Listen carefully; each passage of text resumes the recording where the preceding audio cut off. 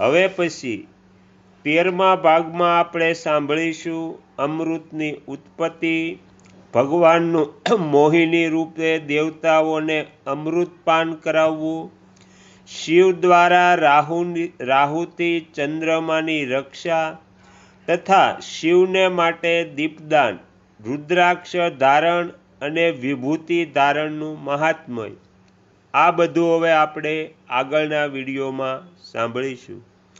તમે તમારો કિંમતી સમય આપી શ્રી સ્કંદ મહાપુરાણ સાંભળ્યું એ બદલ હું આપ સૌનો ખૂબ ખૂબ આભાર વ્યક્ત કરું છું.